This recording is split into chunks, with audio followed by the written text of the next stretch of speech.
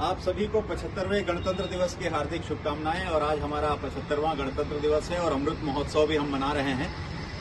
विकसित भारत 2047 की ओर आगे बढ़ते हुए आज के इस भारत में हम आप सभी को एक संदेश ये भी देना चाहते हैं कि एक समृद्ध, सशक्त और सुदृढ़ भारत के साथ साथ विकसित भारत की परिकल्पना को 2047 तक न केवल साकार करें बल्कि हमेशा अपने देश को सामने में रखें। और देश से बड़ा कुछ भी नहीं है, क्योंकि यदि देश है, झंडा है, राष्ट्रगान है, राष्ट्रीय पशु है, राष्ट्रीय पक्षी है, तो राष्ट्र है। और राष्ट्र जो है वो हम सभी का एक अंग है और हम सभी उस राष्ट्र के अंग हैं। तो इस तरीके से यदि देखा जाए तो हम राष्ट्र के बिना कुछ भी नहीं है। इसलिए राष्ट्र एक पुरुष के रूप में माना जाता है और राष्ट्र पुरुष इसलिए भी माना जाता है क्योंकि उसकी सीमाएं जो हैं वो अनंत होती हैं और हमारी अपेक्षा और आकांक्षाओं को ये पूरा राष्ट्र ही हमें पूर्ण करने का अवसर प्रदान करता है। इसलिए आज के इस राष्ट्रीय पर्व पर, जो कि गणतंत्र दिवस का पर्व है, 26 जनवरी 1950 को हमारा गणतंत्र आया और गणतंत्र के आते ही साथ हम एक गणतांत्रिक देश के रूप में पूरी दुनिया में विख्यात हुए हैं। और भारत का गणतंत्र और भारत का संविधान जो है वो कई देशों का संविधान का एक मिला-जुला रूप होने के साथ ही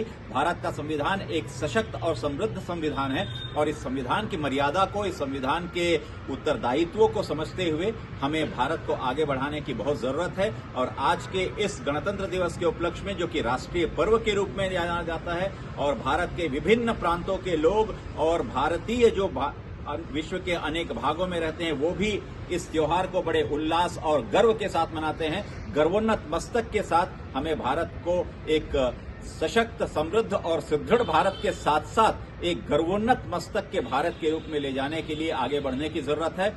मैं आप सभी से, जो कि इस युवा देश के नागरिक हैं और भारत का सबसे, यदि हर एक युवा को यदि हम देखें तो हम ये कह सकते हैं कि भारत जो है वो पूरे विश्व का सबसे युवा देश है। उस युवा देश की सबसे बड़ी भूमिका ये है कि वो पूरे विश्व को नेतृत्व प्रदान करे और पूरे विश्व को आगे ले जाने का मार्ग प्रशस्त करे। इस तिरंगे के नीचे हम सभी ये शपथ लें कि भारत एक बहुत ही गौरवशाली राष्ट्र के रूप में, विश्व गुरु के रूप में आगे आने वाले समय में पूरे विश्व का नेतृत्व करेगा। इन्हीं समस्त शुभकामनाओं के साथ आपका विशेष आभार। भारत माता के, भारत माता के, वंदे वंदे जय हिंद।